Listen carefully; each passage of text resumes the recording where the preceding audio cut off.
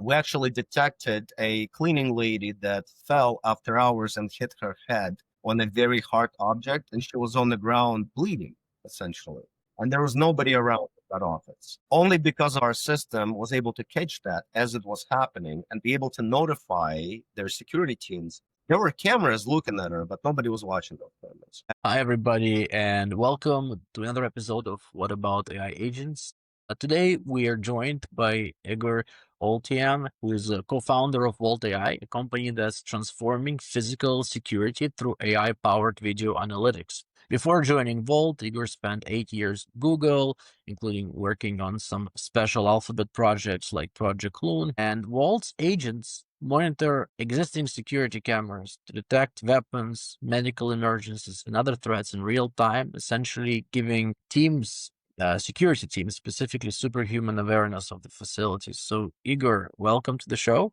Excited to have you here. So, you went from launching like internet balloons basically with Loom to like AI security systems. So, like, what sparked this transition? Well, before I even got to internet balloons, that was a very interesting journey for me because leaving the military and then going to school and getting my degrees, I wasn't quite sure what I wanted to do.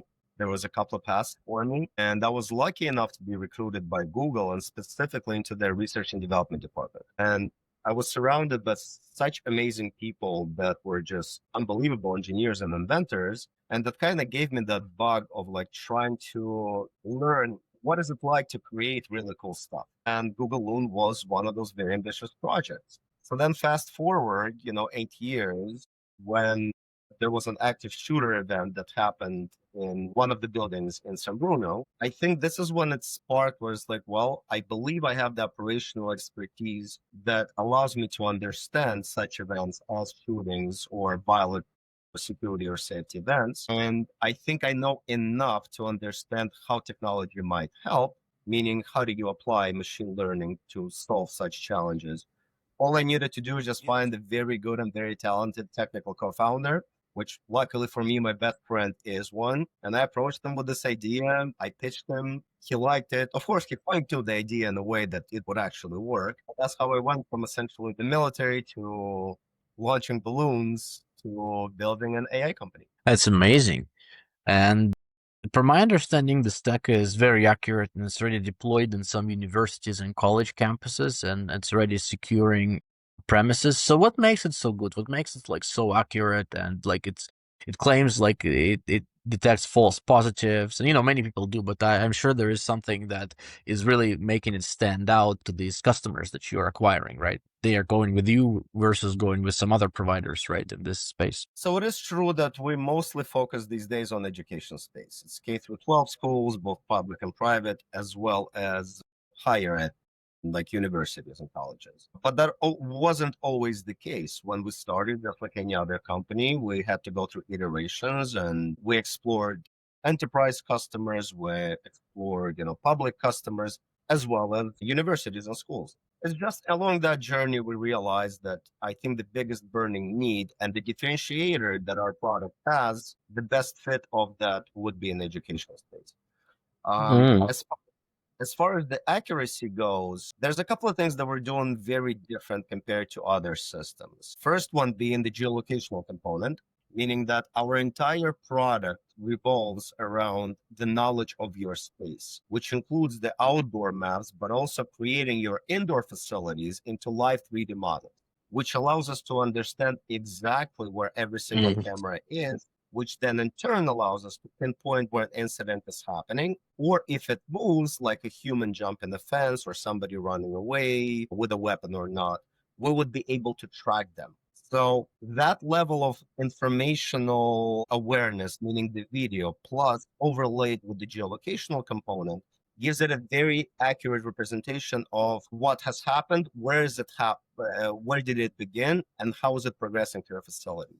And last but not least, we also have a team of human validators Mm. that is essentially our third layer of validation of some very difficult to catch events. Think of it as three layers. We have one layer where AI catches a problem, let's say, a weapon, and it's very clearly visible. There's a lot of contrast in the picture. The lens is very clear.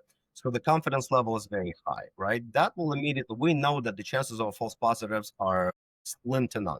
That will get immediately escalated. Now, let's say that it's not the case and it is difficult to tell. Then it goes through a second layer of validation, also AI validation, that tries to look at it, to put it through more scrutiny. And then if it passes that layer, then it gets escalated. If it fails the second one, only then does it go into human, where a human whose job is not to watch cameras, but simply to validate, like, hey, this is what's happening, this is the rule that has been violated, or an anomaly that is being seen, is it true or not? And if it is true, it gets escalated to the customer. So we know that it's not a false positive. And if it's not true, the customer never sees that noise. It goes back into our training queue to improve the accuracy of our model. And that is done very quickly. I mean, we have up to 30 seconds essentially to do that, but we try to do it in 15 seconds or less. This is why we're very comfortable claiming the zero false positives to the customer specific. Right. Because I do see that right now we speak to a lot of individuals who are building this autonomous agentic network. So it would be interesting to talk to your co-founder maybe as well to hear his vision for this. Because so let's ask you this. So you have these three layers, right? And how do you make sure that you don't detect these false positives? How do you know it's a medical emergency versus just somebody lying down? How does all of this come together? Well, keep in mind, there's a ton of false positives. It's just the customer never sees that because there are filters that prevent us from sending false positives to the customer. But when it comes to the reasoning in our models and our rules engines, again, the magic is created by our team who are a lot smarter than I am. But for example, if we take a person down, meaning a potential medical emergency, at this point, doing this for so many years, we are able to tell between somebody stretching or doing yoga versus somebody actually having a real emergency. The amount of data that we have, not just by what it looks like, but also the way a human moves or does not move, what pose they're in, for how long are they actually lying in that position, completely still. All of that goes into play for our system to make that calculation, whether it's likely to be a medical emergency or it's likely not to be. And again, keep in mind, a lot of that is also dependent on the customer infrastructure, meaning that if I have 5 cameras looking at me and the lighting is great and the bandwidth of the network is great and the resolution is great, the angles of the cameras are perfect, right? The contrast of what I'm wearing compared to the floor or the walls around me is very different. So it's easy to identify a human pose. That will be a lot easier to identify versus, let's say, it's only one camera and the quality of the camera is not very good and it's very dark and the floor is black and I'm wearing all black, right? That would be a much tougher way to identify that because we simply just don't have as much information as we would in the previous scenario. Yeah, I mean, the image quality obviously is important, and that already depends on the cameras that they've purchased because you're just the protection layer on top of that, right? So, how does you were talking about the 3D mapping feature, right? So, how does it help the security teams navigate things during an active incident? Like, how does it actually assist security teams, like, in getting their job done? So let's talk about it. The whole focus of the system, as I might have previously said, is working in real time. There's plenty of systems out there that essentially record all this information and then are able to give you all this info post the fact. We didn't want to do that. So imagine somebody hops a fence at a school, right? Somebody not supposed to be there. If you get an alert that's saying, hey, look at this person, this person hopped the fence. So where do you send your security guards to go and intercept them? Do you send them to where that event happened? Because if they arrive 5 minutes later, which is often the case, that person could be on a whole different side of the college campus or that school campus. On the other hand, let's say that you're able to track that individual now through all of your cameras. Your security team not only knows where that event started, but they also get continuous updates on their screens or their mobile devices into where that person currently is. That's an outdoor scenario. Same thing goes with an indoor scenario. Let's say you have an assault or a fight or a bullying incident where somebody did something and now they're going from one floor of the building to another floor of the building, or it's a college campus where they go from one building to another building, right? And it's all indoors. Because we have those live 3D models of indoor facilities, we can actually tell you whether they're in the lobby or in the classroom or in the hallway, or they went to a different floor, or they went to a parking garage, etc. As long as there's camera coverage of those facilities, because obviously we can't track what we can't see. Right. And with this technology being increasingly AI and, you're analyzing people's data, people always care about privacy. What kind of objections? So when you bring in this solution to potential customers, what kind of objections do you deal with? Because, I know I sell enterprise and everybody always cares about privacy and security until they don't. And, how do you navigate that? How do you navigate those questions? Because like you are training your models based on the data in those campuses, right? And you're doing it to keep people safe. So somebody, if they bring a gun to that campus, get terminated, the threat gets stopped, right? So tell us a little bit more about that. How do you navigate those expectations from the customers versus like the publicity of this type of privacy events? So typically there's two areas of questioning that happens, and usually that's in the pre-contract phases, right? The first one being, well, all your cameras are not going to be watching our facilities, correct? Correct, right? So, how do you protect our privacy? Well, we're not installing cameras. Those cameras are already there. They already are watching all your facilities. They already are recording everything that they're seeing. What we're doing is taking that imagery from reactive to proactive. So that typically stops that argument in its tracks, because we don't fundamentally do anything different with the footage. We just allow Mm. that footage to be analyzed in real time instead of post the fact. The second area is typically PII, so personal identifiable information, right? And this is an area that we don't get into, because we can identify a human versus a non-human. We can identify certain actions. We can identify when people break certain rules or their movement patterns result in an anomaly. But we have no idea who that human is. We don't know their names. We don't know where they're from, where they live, what class they're in. So none of that information. And more of that, if they break that rule the next day, for example, again, we just know that a human broke that rule, right? We don't know that this is Joey Smith that did this 17 times in the past month, right? This is not an area that we get into. And because of that, because we simply can Yes. tell if it's a human versus not a human, we get away from a lot of gray areas that deal with privacy concerns. Right.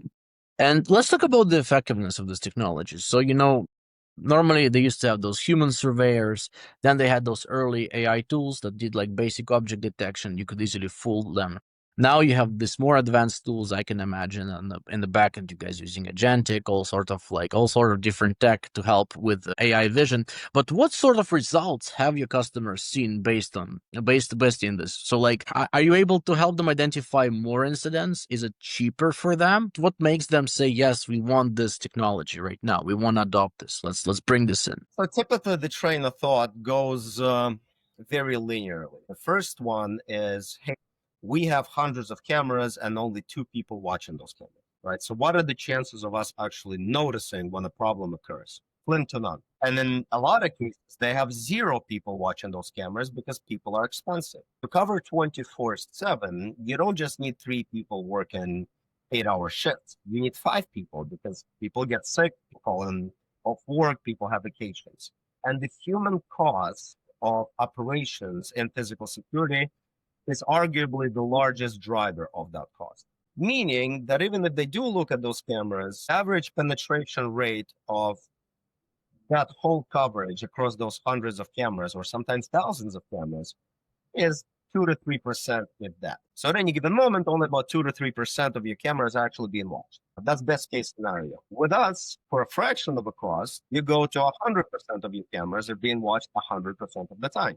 So chances of you catching something happening in real time um, increases drastically. The second thing, oh, great. So it increases drastically. Does that allow me to catch more? Well, potentially, right? We don't know what is happening on your campus, how risk prone your campus or your facility is. But what we have seen typically is yes, a lot of incidents that are caught post the fact or not caught at all within a few days of using Volt are now being flagged, caught, and then actually being able to be managed in real time. And another one after this is essentially okay, great. So I can respond to it very quickly, correct? Well, very quickly is again a variable, but much quicker than you previously could if you didn't know about it. At least now, if you know immediately that it's happening, you can try to prevent it. But listen, some things cannot be prevented. That's just the reality. But if you know as soon as it's happening and you know where it's happening, that significantly increases your chances of responding to it very promptly, or let's call it as quickly as possible, to at least try to buy yourself some time to be able to affect the outcome, the potential negative outcome, minimize that if possible. That's typically the three benefits that we see in most cases. So what were some of the most interesting incidents that you've detected so far? Like that Volt has caught or prevented? Like what are some of the things you're proud of? So interesting and proud of are two different things, but there is some overlap. We've caught a lot of interesting things that customers didn't know that they were happening, and I don't want to get into all of that, but let's just say that there's a lot of stuff that is happening in customer facilities, both in the education space as well as the enterprise space, that typically the customer goes like, there's no way this is happening in my facility. Oh, yes, it is. It is absolutely happening. But what I'm really proud of is very early on when we released the safety feature of the person down, we actually detected a cleaning lady that fell after hours and hit her head on a very hard object, and she was on the ground bleeding, essentially.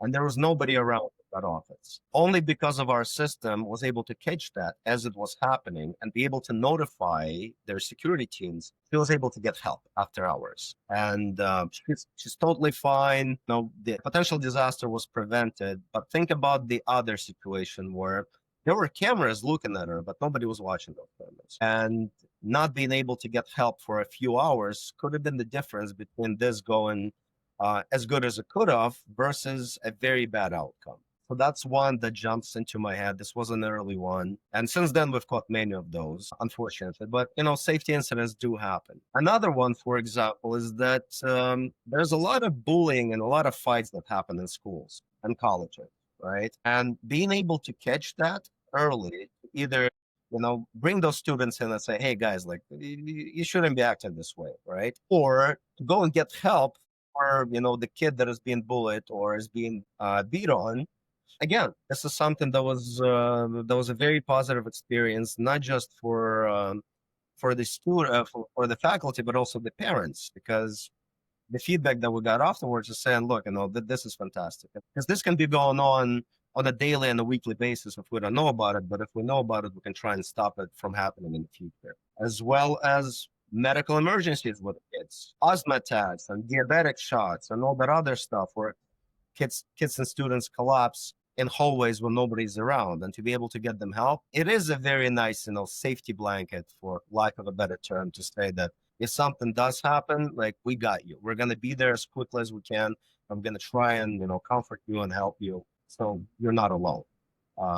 Probably those kind of scenarios are the ones that, give my co-founder and I a constant validation that we are on the right path when it comes to building this product. Yeah, I can imagine it feels really good to save somebody's life or to say that my technology is actually doing something meaningful in this world. You're not a social media posting tool or something like that, but you're actually helping and saving people's lives. And, both of you are from Google. And what aspects of Google culture ported really well into building World? And what sort of things did you discover when you started to build your own company and funded your own company? What did you have to leave behind? Well, Dimitri didn't work at Google. He worked at all the other companies except for Google, Amazon, Uber, Facebook, Apple, name it. And I was the one that spent the majority of my time at Google. So I won't speak to him, but I can probably guess, because he was involved in some really, really ambitious and really cool projects, working for some very talented people. But so was I. And I think one of the best things that I bring up as an example is that when I ended up at Google X, early days, like my first few months there, I always thought of myself as a fairly smart, fairly ambitious, young guy at that point that has a lot of really cool hobbies, spent a little bit of time on the military and did this and did that. And I'm able to pretty much do anything. And then you go there and you meet people that not only do they do everything that you do, they ride motorcycles, they jump out of airplanes, they do all of that really cool stuff. They speak multiple languages, right?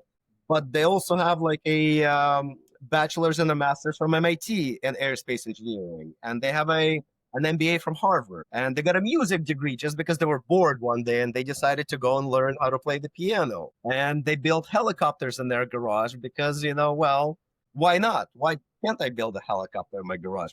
And you were surrounded by those people, and you kind of look around and you're like, how in the world do I compete with all of this? Like, this is insane, right? But that's a really cool motivator of pushing you forward, saying that just begin, like start learning. And you may never be as good as them, but on that journey, hanging out with them and learning from them, you're going to become a lot better at things that you probably didn't think you could build and you could take on. And I'm sure Dimitri faced that as well. And that ability that everything is possible, nothing is impossible. If you really want to do it, just begin. And worst case scenario, you may not get there, but you will get a lot further than you thought you could. And that's how cool products get built. That's how companies are created. And that's what gives you the motivation of not being afraid to fail and call it pursuing your dreams or building your company or whatever the case may be.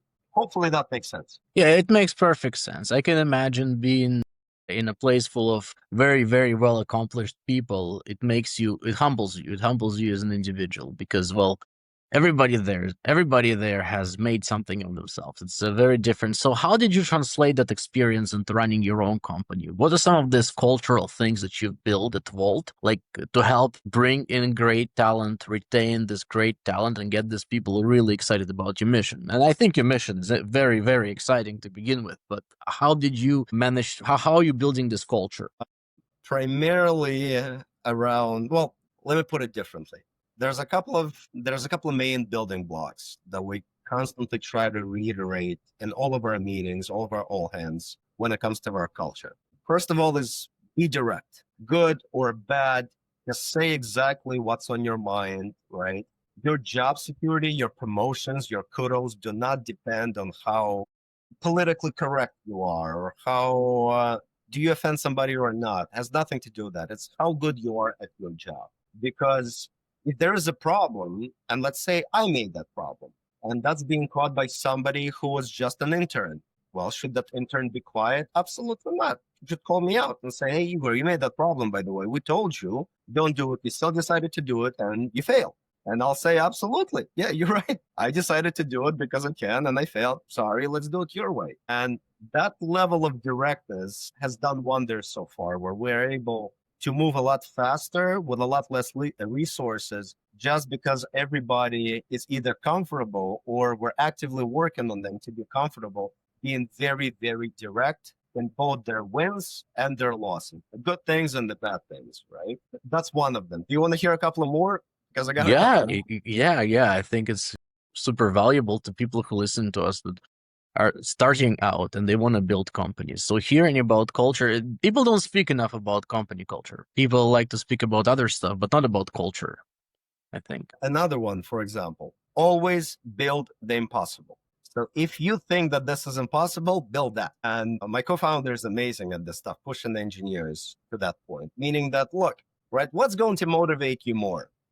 Building something that 100,000 people built before or building something that nobody's built before, right? And yeah, it'll be difficult and there's no guarantees that it's going to work, but at least it will be fun. It's a journey of learning and it stresses you enough to keep you motivated. So often when we talk about, the new functionality or the new features or which direction to take our product in the next 12, 18 months, we typically pick the most ambitious idea. And because that most ambitious idea, again, even if we don't quite get there, we're going to get somewhere that's pretty amazing and it's going to go way beyond anything what those other ideas were that we know for a fact that we can build because somebody's built it before. So what's the point? Another one, for example, is customer centric. And I'm not saying that the customer is always right. There's a Henry Ford saying, I believe he said that, where he goes like, well, if I would have listened to my customers, I would have built a faster horse, right, instead of a car. Customers don't always know the best solution to their problems. They absolutely know their problems. And it's important to dig into that problem and say, okay, cool, now I understand what your problem is. But then you can suggest things how to solve that, maybe even in a better way than they think what the solution is. But that being customer centric and really, really, really focusing on the customer and saying, let's understand the pain points. Is it a number 8, 9, 10 pain point, or is it a 2, 1, 2, 3 that they don't really care about? And what is the best solution that is going to truly remove more from their plate and make their life a lot easier? Think of it, one less thing to worry about. So yeah, I think those three things are very good to. Those three things at least are constantly being brought up in most of our meetings. Yeah, and I feel you. I feel like having a direct culture and making mistakes and owning up to your mistakes and talking to customers and helping educate your customers of what the best solution to their problem is. It's like it has a very symbiotic effect where everybody is working towards one common goal. I have the same in my company, and I always feel like it is better that we make a lot of mistakes fast and we fail and we fail and then we do something really really good. Then we are afraid to speak up and then we just get lost in that fear. So you're a military vet, right? And now you're working in the security space. Does it help you sell more cameras, like more like not cameras, more software? Like, do these people feel like you are like does it give you more authority to sell these people the protection services of an AI that monitors their school, for example? I don't think so. There's a very big difference between military and security professionals, right? There's some overlaps, sure, and there's absolutely. I think it's easier to get into the security field if you have law enforcement or military expertise. And I'm sure some meetings, when they learn that, I am a veteran and I was in operations in the army, it gives you a little bit of credibility. I think that is the case, and maybe even a little bit of camaraderie where we can speak the same language and we possibly have been to the same places, where in some cases we know the same people, right? Because I was also in the Middle East, and sometimes you overlap with other people that you have mutual acquaintances, right? But the reality is that unless you're actively involved in operations, and by operations I mean ground operations, AI is very different. Like, sure, most of the people that use our product are in operations, but there's so much more to this. There's innovation teams, there's IT security teams, there's cybersecurity teams, there's purchasing teams, there's decision makers that deal with finance and facilities and everything else. It's definitely I would consider it a plus to have some law enforcement experience or military experience, but it's definitely not a necessity. I think the necessity is really understanding the market and which market your product fits the best, and also understanding the pain points that you're solving. Because if you're solving the highest priority pain points, it's going to be a lot easier to sell that product because customers really want it and they're willing to do anything to get it. Versus if you're selling low priority pain points, where it's like, this is really cool, but I can live without it for the next 3 to 5 years. That makes sense, and definitely, I guess connecting with people on that level is helpful. But in general, most of the people you're going to meet haven't been in the military and don't know what it is like. You have all these customers in schools, patients, governments. Do you sell to government or not yet? Not yet. We deal with local governments, and in a lot of cases, it's because they're involved in somewhere in the vertical of using our products, but we haven't been focused on the government yet. So, which use cases of your product have surprised you the most? Like when these people try to utilize your technology, what are some of the most bizarre use cases that they have come up with in regarding to the usage of Vault? I don't know if it's bizarre. I don't think we have bizarre use cases, but the education space, which is our primary vertical right now by far, surprised me personally, very much so. I didn't think there would be this much interest in schools or universities. I thought initially that the enterprise space would have a lot more interest, and it ended up being completely opposite. And I wasn't even the one that caught it. My co-founder did, right? He was always a very big believer in the education space, and for both him and I, education space is why we started this, and it's our passion. But he always thought this would be the main one when I did it. And as we started really digging into it, and just from like, you take the initial pitch, right? You can pitch an enterprise, a potential enterprise customer for half an hour, and you can say all the right words, and you're on the roll that day. And it's like, yep, totally get it. Very cool. I understand. But we have other priorities, right? And then you can take an education customer that may not even have a project aligned with this, may not have the budget, wouldn't even know how to buy it, right? And you're having a terrible day. Your pitch is not going well, and you don't really like you're fumbling on your words, whatever. But the value add and the differentiation of Volt immediately hits within a few seconds to a few minutes. And they're like, I don't know how I'm going to get this, but I want it and I want to get it. Can we please work together to understand how to get this into my school? Because we really, really need that. That was my biggest surprise. So you found your champions, right? And that product market fit that you found was completely different from what you thought it was going to be.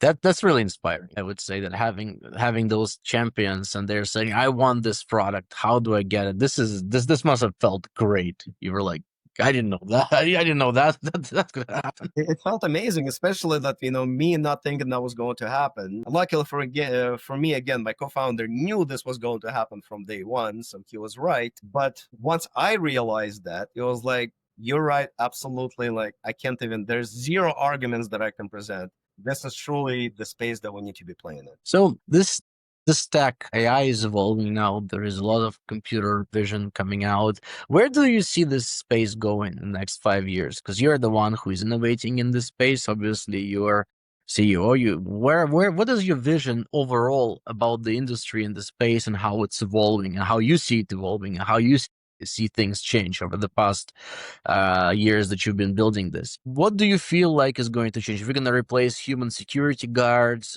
is AI going to be monitoring everything we do? Like how is this gonna what do you see as the future for this tech? I don't think security guards will ever be replaced because there's a customer service component to every security operation that is always needed. Badges, helping somebody to get to the right place, right? Dealing with just human things that happen on a daily basis on a campus. You need people for that. And because that human connection needs to stay there, it helps not just give it a good experience for people, but also makes that experience a lot smoother, a lot more pleasant, right? On the other hand, these systems are the best at being force multiplier, meaning that what previously took 5 people to do, now you can do with one, right?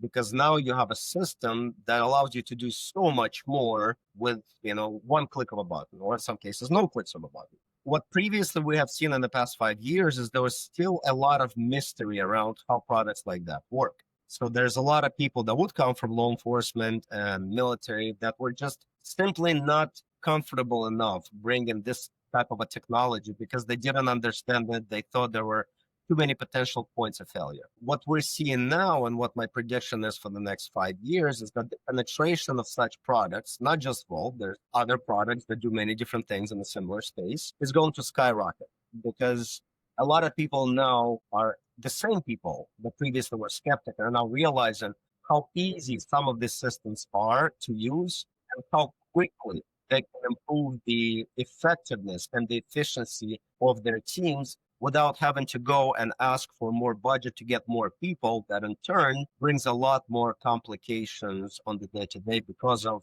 various different human components. That's the short to midterm projection of mine. Is a very drastic increase in the adoption of such technology. Yeah, and we are seeing a lot of AI vision adoption through tools like ChatGPT, anyways, where people now take photos of stuff and ask it questions.